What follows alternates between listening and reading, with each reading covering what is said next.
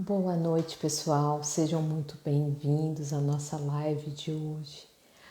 Hoje a gente vai falar sobre os atendimentos online, né? E presenciais. A nossa querida já entrou. Vou esperar o pessoal entrar também. Vão avisando o pessoal que nossa live está começando. É um assunto bem importante e necessário nesse novo olhar, né? Até pós-pandemia, porque os atendimentos online irão ainda acontecer, né? Então, é de grande importância esse entendimento sobre esses atendimentos e a gente vai falar com uma grande profissional super habilitada na área em falar sobre esse assunto. Então vamos lá, vamos, queridas.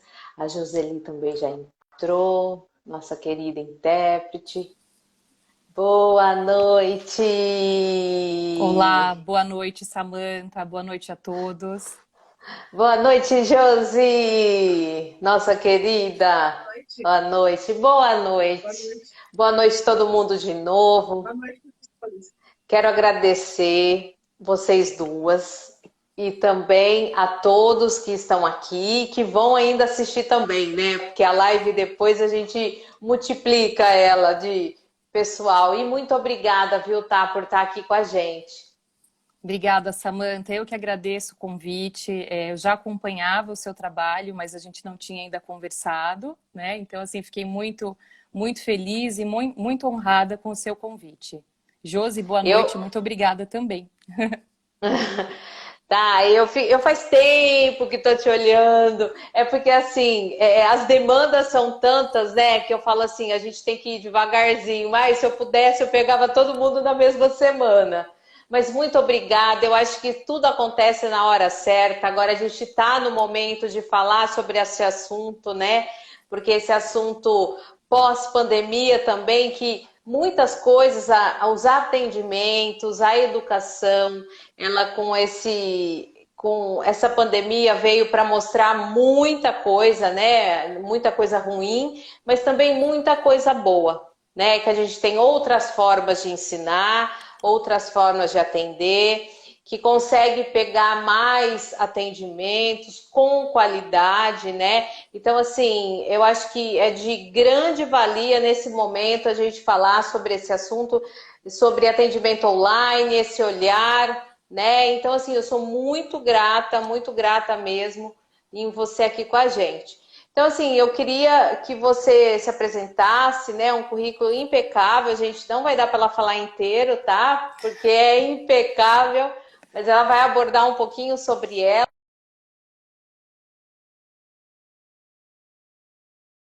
para conseguir uma consulta. Travou? Trava, agora voltou, agora Voltou. voltou. Voltou. E quero que você se apresente e depois vamos começar no nosso assunto, né?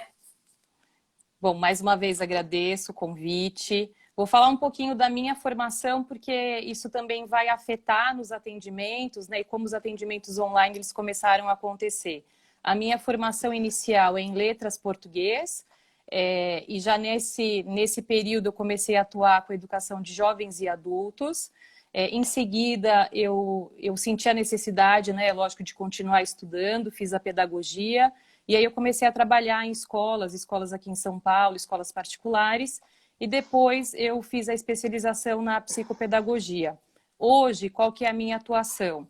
Então, eu faço parte, né, da equipe de intervenção da ABD, Associação Brasileira de Dislexia e SEDA. Eu acredito que muitas pessoas que estão aqui já conhecem, né, até pelo seu trabalho. E atuo também como professora do ensino médio, né? Então, professora de língua portuguesa e produção de texto. É um projeto novo do Hospital Albert Einstein, é um projeto muito bacana, é o ensino médio integrado ao técnico. E estou com os Puxa, que legal. atendimentos, né, o consultório também, então eu estou me dividindo hoje em três papéis, digamos assim. E essa experiência em sala de aula me ajudou muito na hora, né, que os atendimentos precisaram a passar a ser online. Então, essa experiência em sala de aula acabou ajudando bastante. Então, minha formação é mais ou menos essa. Nossa, maravilhosa. E que bagagem, né? Porque realmente a gente precisa ter essa estrutura boa, né, de informação, de saberes, para desenvolver um bom trabalho, né? E você é a terrorista das nossas crianças com dislexia, né?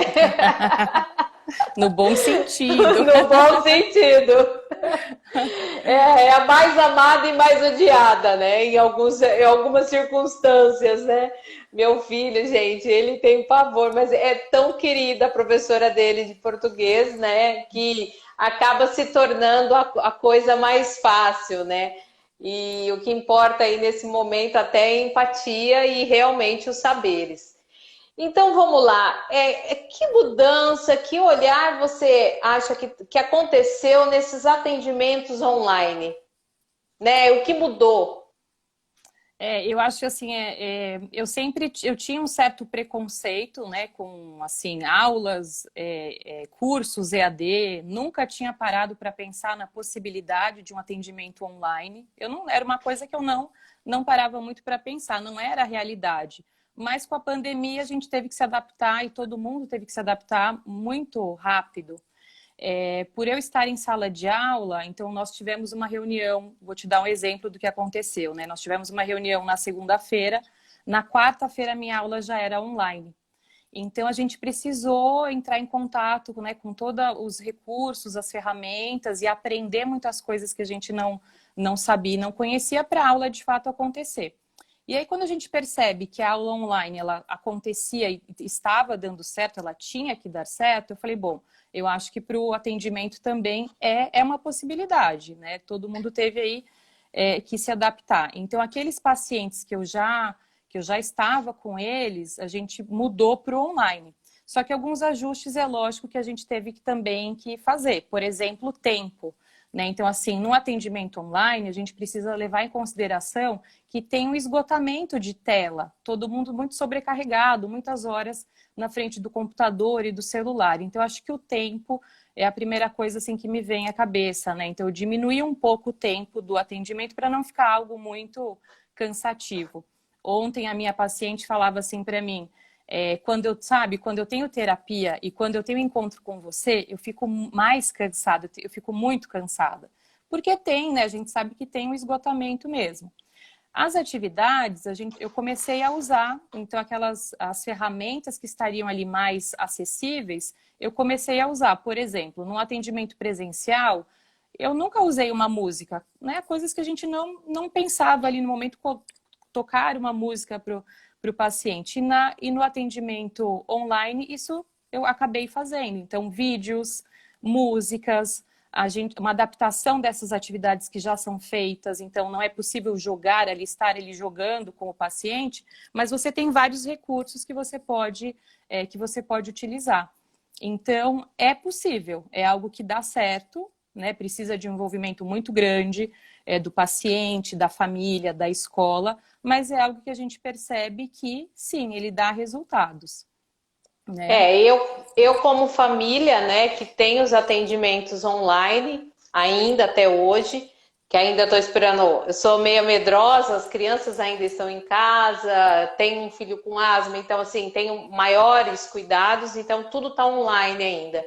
Eu percebo sim essas adequações sobre tempo, né, que eu acho muito necessário, porque eles se cansam muito mais rápido, né? Só que eu percebo também que é muito importante a minha adequação quanto mãe, né? Tirar muitos distratores de mesa, né?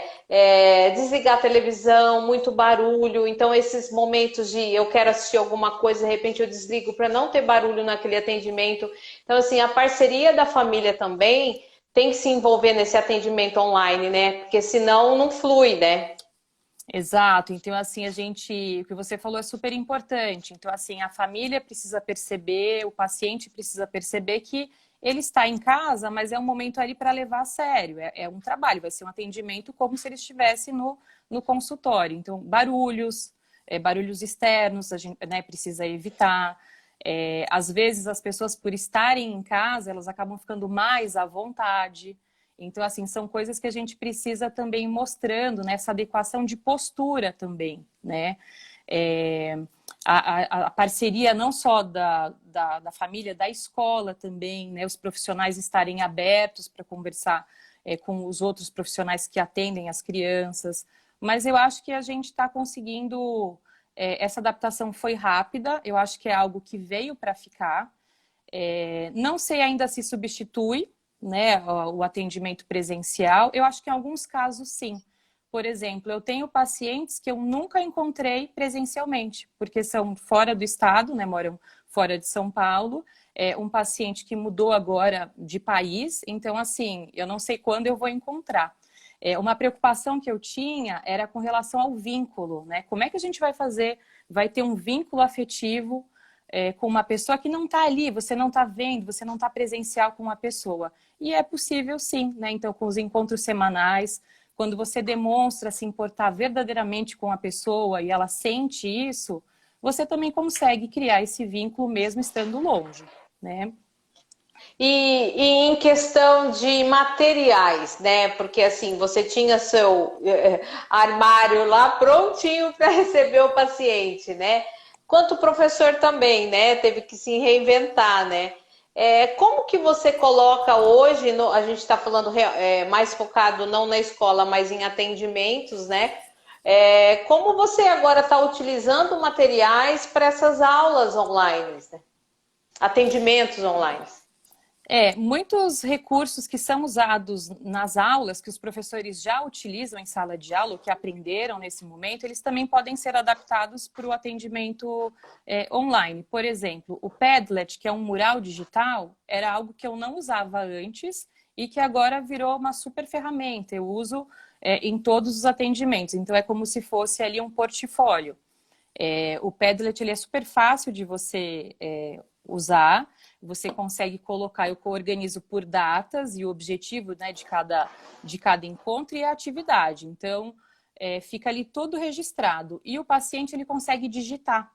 Então, fica ali o registro. Uma outra coisa que não acontecia no presencial e que agora acontece. Escreve no caderno, mostra na câmera, ou escreve no caderno, bate foto e me manda. Então, foram, assim, recursos que a gente acabou aprendendo e usando no dia a dia que estão dando certo. Por exemplo, tem o Jamboard. O Jamboard é uma outra ferramenta que é muito bacana para você trabalhar a consciência fonológica. O Jamboard são post-its, né? Parece post-its coloridos.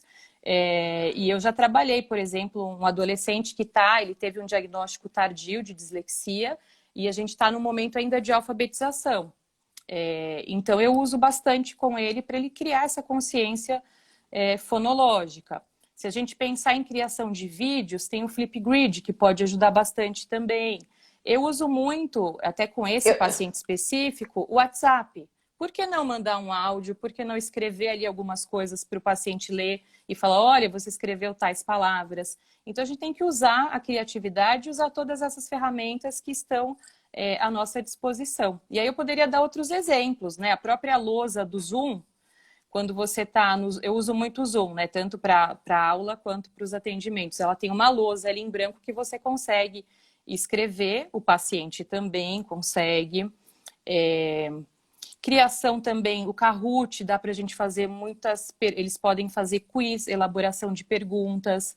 Então, assim, dependendo do objetivo que você tem com aquele paciente, se ele também está engajado ali, está envolvido com você, a gente tem muitos recursos, muitas possibilidades, né? E a gente precisa pegar isso ao nosso favor e não contra, né? Os meus filhos usam vários, né? E tem um também que o Rodrigo, que é o mais velho, adora, o Super Cérebro. Porque faz atividades, a fono deixa atividade para ele, e ele faz e ela recebe, né? Então, bacana. É muito bacana. E ela recebe, vê o erro, vê tudo, né? Então, assim, a tecnologia beneficiou, né? Todo Sim. esse engajar. E é interessante a gente falar também, dentro de sala de aula, eu estou falando como mãe, eu percebo, por exemplo, aula de história, eles conseguem visitar museus online, Sim. na própria aula. Então, assim, Na verdade, isso beneficiou a todos, né? Porque para uma criança com dislexia isso é perfeito, né? Olhar, saber história de um jeito diferente do que ficar lendo o livro, né? Porque essa é a grande dificuldade. Então, está tendo, aguçando outras habilidades, né? Então, assim, eles procuram, visitam museus que têm, visitam praças, tem até no Google mesmo, você joga lá via satélite, né? Você conhece bairros, ruas, que aí é a minha filha mais nova que está estudando, bairros e ruas. Então, e ver virtual. Gente, eu falo, gente, eu não tive isso, eu nem tinha Sim. computador.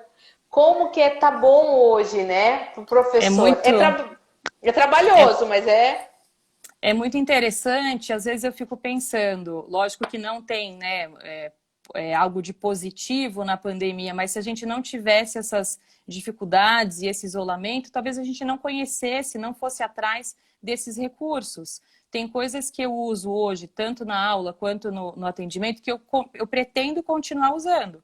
Então a gente, né, teve que ir atrás e aprender, e é muito a linguagem do jovem também. Eles têm muita facilidade com a tecnologia. Aconteceu várias vezes, né? Eu tentar, como é que eu faço para projetar tal arquivo? E eles me ensinam. Então, essa troca também é muito positiva, é muito bacana. Então, eu acho que tem muitas dessas ferramentas, elas vieram para ficar. Eu acredito que a gente vai continuar usando, mesmo voltando para o presencial. eu ia te fazer uma pergunta, mas já perguntaram aqui, acho que dá para encaixar bem. Quais as dificuldades que você encontrou? O que não funciona nesse caminhar, né? Porque a gente sabe que também não funciona muita coisa. E é a sua maior dificuldade nessa trajetória de online?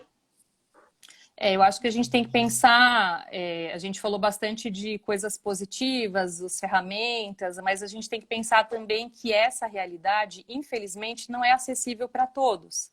Né? Então, assim, para você fazer um atendimento online, a pessoa precisa ter minimamente ali um equipamento, um computador, um celular com Wi-Fi. Então, a gente depende também dessa tecnologia, desses recursos, de uma boa conexão, né? Então, já aconteceu de estar no atendimento e a gente ter que encerrar, porque acabou a luz ou porque a conexão não estava boa.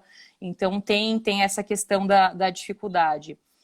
Um outro ponto, a gente vê também uma parte, um recorte da pessoa. Você não está vendo a pessoa como um todo, né? Como eu falei, a gente vê o que a pessoa quer mostrar. Então, a gente está vendo... Quando uma criança, por exemplo, ela entra no consultório, você está avaliando uma série de coisas. Como a criança anda, que jogos que ela pega primeiro, o que ela se interessa, como ela se comporta.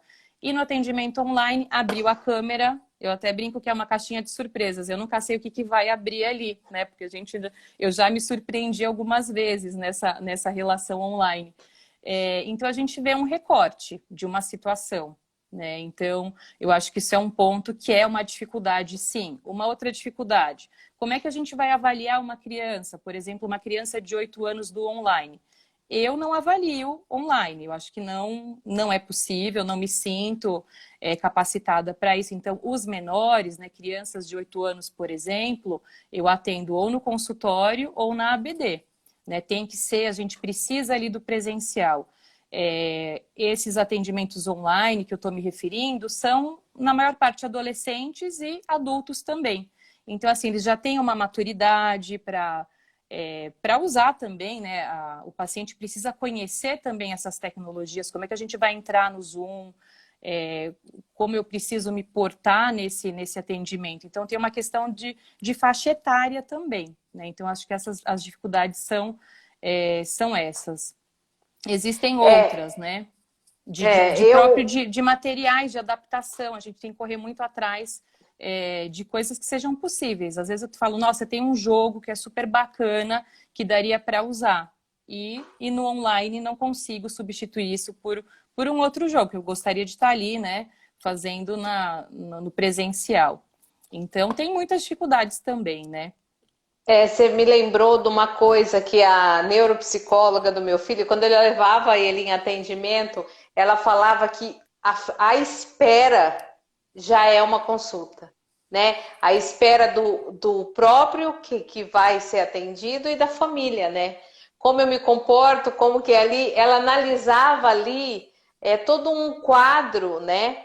Que ela utilizava isso também para uma boa avaliação, para um bom entendimento no contexto, né, daquela criança que vive, no contexto do comportamento da criança com a família. Então, assim, ela não gosta de atendimento online, ela não está atendendo meu filho nem minha filha, porque ela não acredita, ela fala que ela não consegue, que ela é velha demais, né?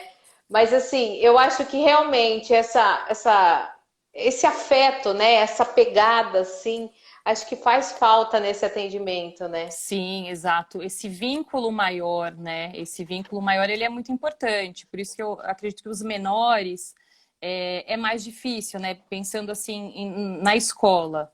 Como alfabetizar uma criança, como fazer o atendimento online. Então, acho que ainda para os pequenos, acho que a gente tem que ter um cuidado, sim, maior. Né? Eu sei que tem profissionais que fazem esse atendimento, mesmo com crianças um pouco menores, mas eu também tenho um pouco aí mais de receio. E tem também dificuldade, também tenho as minhas dificuldades tecnológicas, né? Tem coisas que às vezes eu tento fazer e que elas não dão certo. Né? Então, por exemplo, outro dia conversava com uma família e tem o Zoom, quando ele é gratuito, ele tem um tempo. Então, 40 minutos acaba a reunião quando você entra com mais de dois, né, participantes. Então, tem isso também. A gente tem algumas limitações. Ou você paga para ter aquela ferramenta que você pode usar por mais de uma hora, ou você tem que se enquadrar ali. Então, encerrei a reunião, precisei começar outra. Então, tem alguns desafios, sim, para a gente conseguir avançar, né? É, eu queria que você falasse assim, sugestões, né, de ferramentas, né, que é possível nesse atendimento. Tá, eu vou falar algumas que eu comentei, agora eu vou falar mais devagar, acho que até alguém perguntou, né, que falou que perdeu do Perdeu. vídeo. Bom, o que eu uso como um mural digital, ele chama Padlet, tá? Então é P de pato, A, D de dado, L, E, T, Padlet. Todos esses que eu vou falar, eles são bem simples de usar, tá? Pessoas que não tenham grandes, assim, né, conhecimentos, assim, com a tecnologia, são bem intuitivos. O Padlet ele tem vários modelos. Ele tem um modelo de linha do tempo, ele tem um modelo de colunas, de mural. Então, eu acho, pelo menos para mim, é algo que tem dado certo. A gente tem o link, então, na hora do atendimento, eu mando esse link para o paciente, ele consegue interagir ali comigo. Dá para você gravar áudios, dá para fazer vídeos, dá para anexar arquivos, dá para fazer muitas coisas. Então, para mim, está sendo assim a ferramenta que eu mais tenho usado nesses atendimentos. O outro que eu comentei chama Jamboard. É como se fossem post-its, né? Porque é colorido, eles são avisos que você vai digitando o que você precisa. É bem bacana para trabalhar com consciência fonológica, por exemplo. O Flipgrid é uma ferramenta que você consegue fazer vídeos.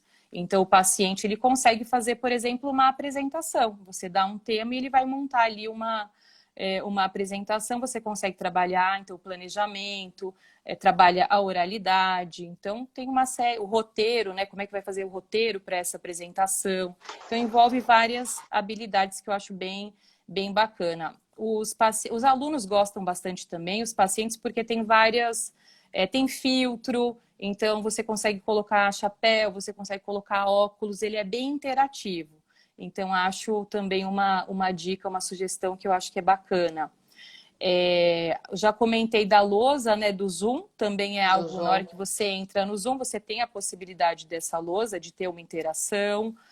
O próprio WhatsApp, como eu falei, a gente tem o Canva, né? O Canva agora ele está bem famoso, porque muitas pessoas, a gente faz, né, as postagens, mas dá para usar dentro do Canva, dá para fazer os flashcards. Então, são cartões que você pode pegar um conteúdo, por exemplo, ou algo que você queira trabalhar, você faz, né, a pergunta no verso a resposta. São coisas bem simples, mas que dão bastante resultado, são bem significativas. E o bacana é ensinar também os pacientes a fazerem isso. Então, assim, entrar no Kahoot, criar uma conta.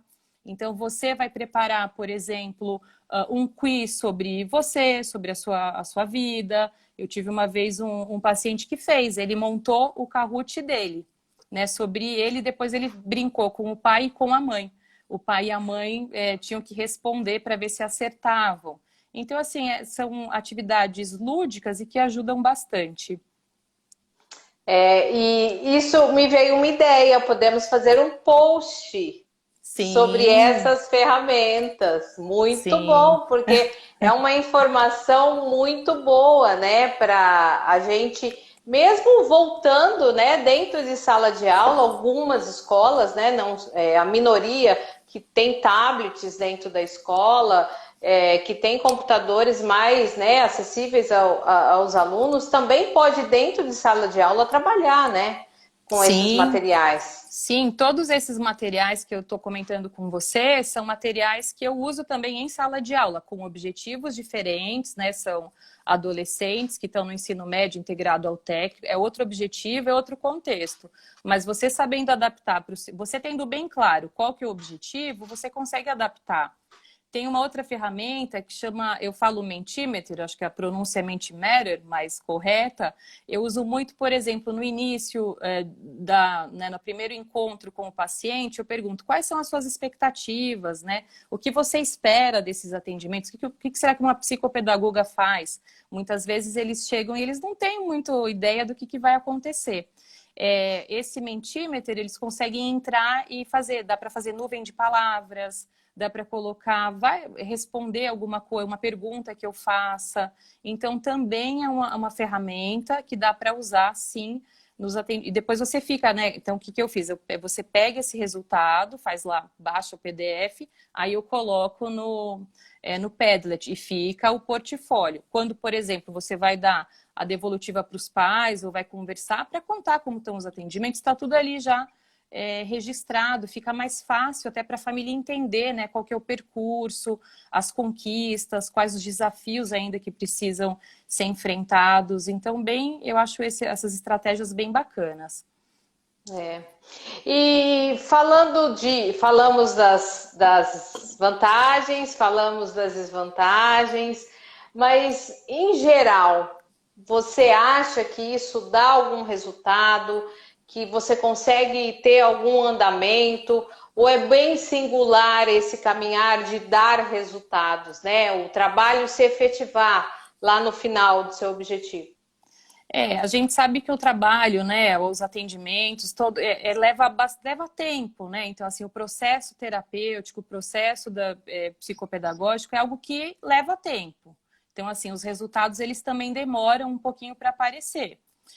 Eu acho que depende muito também do contexto, como a gente falou já agora há pouco, o quanto esse paciente ele está envolvido, ele está interessado, ele está aberto para esse atendimento, o quanto a família leva também a sério, né, esse atendimento também, o quanto ele leva a sério né, o que o filho precisa, né, os encontros mesmo, a escola, o quanto a escola está aberta, os outros profissionais também. Se todas essas pessoas que estão envolvidas, elas estão engajadas, eu vejo resultados positivos, sim. E eu tenho, hoje, né, recebo retornos positivos tanto dos pacientes e das famílias também. Eu já explico que é algo que leva tempo, que não é algo assim, a gente não pode esperar, né, de um dia para o outro, nossa, vai melhorar 100%, mas eu acredito que sim, tem pessoas que estão fazendo atendimento online comigo já desde do início da pandemia e eu percebo uma grande melhora, né? Então, por exemplo, pacientes com muita dificuldade de organização, estavam com notas muito baixas na escola, a gente planejou as atividades, o tempo de estudo. Eu tive o retorno de uma paciente que me contava, é a primeira vez que eu não fico na recuperação. Então, assim, é muito gratificante isso. Eu falo, puxa, mesmo na pandemia, não conheço, por exemplo, essa paciente, assim, não estive com ela no presencial e mesmo assim ela conseguiu o que ela, né, precisava, os resultados que ela precisava, ela conseguiu conquistar. Então, acho que tem um caminho que a gente precisa percorrer, as pessoas envolvidas todas precisam ajudar, contribuir, mas a gente consegue sim. Hoje eu vejo que temos conquistado coisas muito boas. Então, eu acho que é algo que dá resultado sim. Lógico, a gente está falando de novo, né, com adultos, adolescentes, os pequenos, né, uma criança de 8 anos, eu ainda sinto que é um desafio maior, né, esse atendimento online. Assim, eu tenho um relato, né, que eu não sei se, às vezes eu gosto um pouco de falar pelo fato que às vezes alguém que está escutando está no mesmo caminhar que eu, né? Eu tenho a filha mais nova, hoje ela está com 8, só que quando tudo começou, ela estava no meio de uma avaliação, começou a pandemia, ela estava no meio de uma avaliação que a gente já estava vendo sinais sobre a dislexia. E a Fono falou, Samantha, eu não faço atendimento online, eu não sei nem mexer em nada, né? Eu não tenho essa habilidade. O máximo que eu sei é eu ligar meu celular. Eu falei, não, nós vamos fazer pelo celular. Ela falou, não, não acredito, nós vamos fazer pelo celular. Claro, a gente vai ter que refazer depois, mais pra frente. Só que ela pegou minha filha, só ficou com ela online, né? Porque ela não acreditava que ia dar certo. E não lia, não escrevia, porque ela estava com 7 anos, né? 6 anos e meio, 7. Não lia, não escrevia, com problemas sérios, e já sabendo que poderia ter uma hipótese diagnóstica de dislexia, né? Porque o quadro estava fechando, assim, quase, e ela acreditou. E semana passada, faz 2, 3 semanas, minha filha foi bater o palma na sala de aula para ela, porque ela leu uma frase para todo mundo, e aí ela pediu para falar para a Fono, enfim, foi todo aquele envolvimento meu. Eu acreditei na Fono, a Fono acreditou em mim. Então, assim, ela lê hoje, claro, a gente sabe que ela tem dislexia, mas não se pode fechar o diagnóstico ainda por conta da pandemia, né? E ela tem que terminar o terceiro agora. E então, assim, é muito mágico quando você acredita, né? Sim. Também. Eu É o acho que que você falando, fui lembrando de um paciente, tem poucos recursos, né? Então, assim, como é que acontece o atendimento? Ele me vê pelo Zoom, mas ele me ouve pelo celular. Então, eu ligo para ele me ouvir, só que ele está me vendo pelo Zoom. E assim, com muitas dificuldades, né? Uma dislexia, assim, muito severa, tem todas as dificuldades. E o quanto ele avançou nesse período, não perde um encontro, não perde, não falta. Então, assim, é muito do que a gente está falando, né? Quando a família se envolve, quando a pessoa realmente quer, tem desafios? Tem desafios. É o mundo ideal? Não é o mundo ideal. A gente está em atendimentos online, mas é o que é possível a gente fazer agora. Entre você ter, que nem esse adolescente, entre ele ter um atendimento online, que vai acontecer dessa maneira, e não ser atendido, o que é melhor? É melhor ele ter esse atendimento, né? Então, assim, exatamente. existe o mundo ideal e existe o mundo real.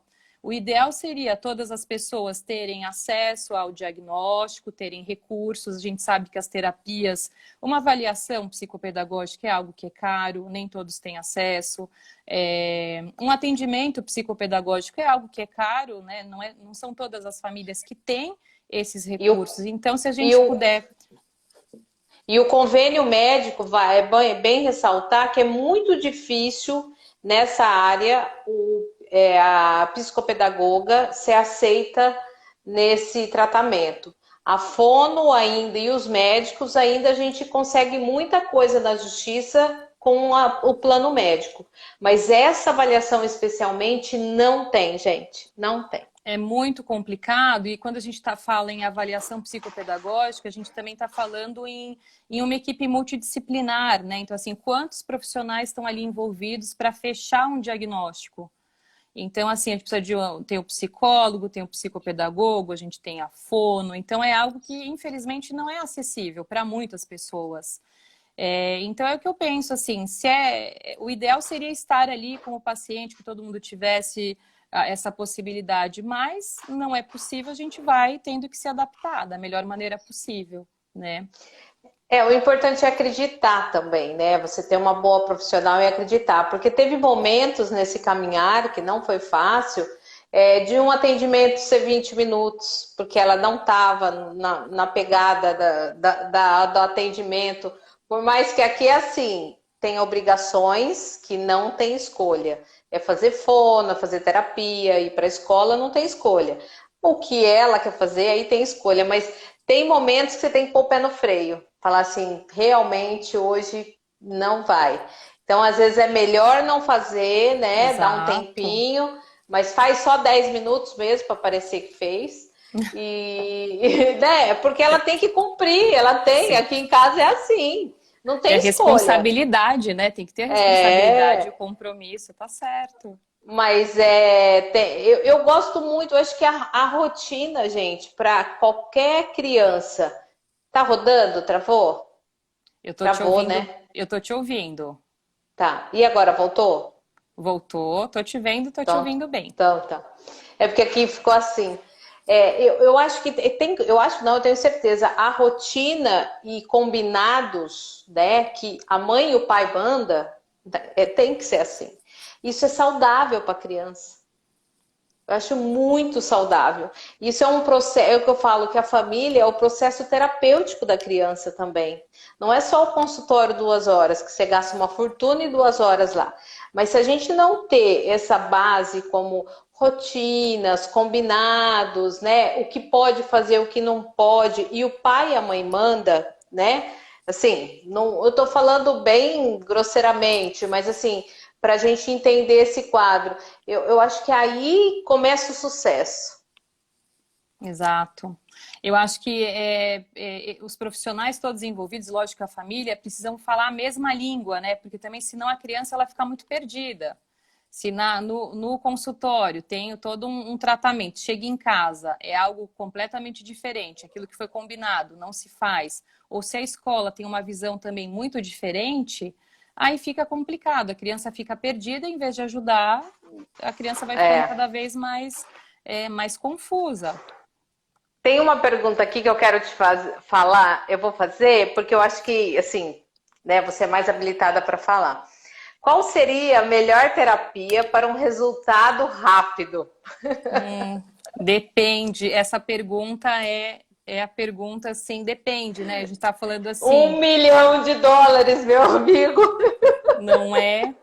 Porque assim, resultado mais rápido para quê, né? Então assim, que expectativa que tem? Qual é o diagnóstico? A gente está falando de dislexia, a gente está falando de TDAH, qual que é a questão, né? E também isso, o que que acontece? Cada pessoa é uma pessoa. Tem pessoas que respondem bem com um tipo, tem pessoas que respondem muito bem com atendimento online. Adolescente está em casa, ele está mais à vontade, ele está confortável com essa relação e ele vai avançar. Para outras pessoas pode ser que isso não dá certo. Ou até para profissionais que não se sentem à vontade para fazer esse atendimento online. E aí não vai dar certo, porque a pessoa não está confortável naquela situação. Então, para a gente responder essa pergunta, a gente precisaria de mais detalhes, né, Samantha? Mas mesmo assim, vale ressaltar que um tratamento é um tratamento, sem pressa, né? Exato. É bem singular, né? Porque eu tenho dois com dislexia, o caminho foi completamente diferente e os resultados, até medicação também, a gente tem, não existe remédio para dislexia, né? Estou falando para transtorno de déficit de atenção, que tem medicamento, mas não é, são vários remédios, não é o que o vizinho toma que vai ser bom para o seu filho, né? Então, assim, é muito importante ter calma, não ter pressa, não tá lendo agora, de repente a sinapse da cabeça vai acelerar de uma hora para outra, né? E começa a ler sem a gente perceber. Aqui em casa aconteceu várias coisas incríveis que assim, o momento que você nem está esperando ou ler, ou de repente pegar um caderno, me falar, pegar um livro, sabe, tudo acontece sem a gente esperar, né? Então, acho que a cobrança da família tem que ser um pouco menos, né? Porque Exato, até para né? criança, né? As nossas ansiedades, né? Tem a ansiedade já natural ali da criança, tem a ansiedade do professor, da professora, ter ansiedade, né, do psicopedagogo, a gente precisa assim, reduzir um pouco isso, porque senão a gente também não precisa ter calma, né? É um processo terapêutico. Então, os resultados a gente precisa também ter calma para as coisas acontecerem. Primeiro, Isso. criação de vínculo, depois uma adaptação. Muitas vezes a criança, no primeiro contato ali no consultório, a criança está assustada, ela não sabe direito o que vai acontecer, o que esperam dela, né, que testes que vai fazer, né, qual que é o objetivo. Às vezes ela não entende por que ela está ali. Então a gente precisa também entender o tempo da criança, mesmo do adulto, né? Quando a gente atende adultos é a mesma coisa também. Esses resultados muito rápidos a gente tem que tomar cuidado, né? Porque não Não. é um Gente, processo longo. eu tenho meus grupos, né? Tem coisa que eu escuto, eu falo, não, se você for no médico, ele te der o diagnóstico, sai correndo, não volta. Não é um médico que dá o diagnóstico, não é um dia, não é 2, 3 meses. Agora eu já ouvi alguns estudiosos sobre dislexia que a gente tem que repensar nos 6 meses de intervenção, né? Agora eu já ouvi alguns cursos que eu fiz, alguns pesquisadores na área de dislexia fala porque o protocolo é nos 6 meses, se não der resposta, né? E que a gente tem que rever isso pós-pandemia, porque não vai. Então, ó como é que é, né? Se era antes 6 meses de intervenção para dar um diagnóstico, agora a gente tem que ainda pisar em ovos, não colocar rótulos, né? Exato. Mesmo o diagnóstico ser libertador, ser necessário e maravilhoso ter um diagnóstico, né? Eu sou super a favor de ter diagnóstico para a gente saber lidar com aquela criança ou com aquela pessoa, ou até o próprio adulto se integrar, né, nele mesmo, acreditar que ele só tem algumas dificuldades, mas tem habilidades, né? Mas eu acredito que agora a família também tem que pôr o pé no freio, porque a criança foi muito judiada, as crianças, né, nessa pandemia, e não vai ser rápido a volta, né? A volta vai ser devagar, precisamos cuidar do emocional, que sabe que todas as crianças com transtorno já têm esse pezinho no emocional, né? Porque é muita derrota na vida, né? Pequenos sem entender nada e derrotas, né? Então a gente tem que pôr o pé no freio e acreditar, né? Acreditar que vai dar certo. E tá, eu só tenho, assim, nosso tempo tá acabando, eu só tenho que agradecer. Queria que você fizesse suas considerações finais. E foi uma delícia nosso papo hoje. Bom, mais uma vez, muito obrigada, né, pelo convite. Queria agradecer também toda a equipe da ABD, que sempre me acolheu. Desde quando eu comecei, né, fiz os cursos na ABD, eu brinquei, eu quero trabalhar aqui. E acabei ficando, né, eles levaram essa brincadeira a sério, tô lá, né, na equipe. Então, muito obrigada, né, você. As pessoas que estão participando, eu vi que tem pessoas da família que entraram também, mandar um beijo para todo mundo. Ai, Meus família é alunos, ótimo. né, já dá a participação maravilhosa aqui. Então, agradecer toda a equipe do ETIM, né, do Einstein, né, torcem bastante, sabem da minha participação. Então, só tenho a agradecer. E o que precisar, estamos aqui. Eu tenho que agradecer muito. Vou deixar gravada essa live que eu acho maravilhoso. Não esquece do nosso post. Faz um post que eu divulgo depois sobre, né, essas ferramentas muito boas. E obrigada aí você disponibilizar esse tempinho para falar aqui no projeto. Para quem não conhece o projeto, né, nem falei, eu divulgo informação sobre dislexia e transtorno de déficit de atenção com profissionais habilitados, maravilhosos como a Taki que está comigo. Obrigada, viu? Que Deus Obrigada. abençoe e ilumine. Boa noite, Josi. Boa noite, Boa Joseli. noite. Obrigada, viu? Fica com Deus. Tchau, muito obrigada. Boa noite. Boa noite.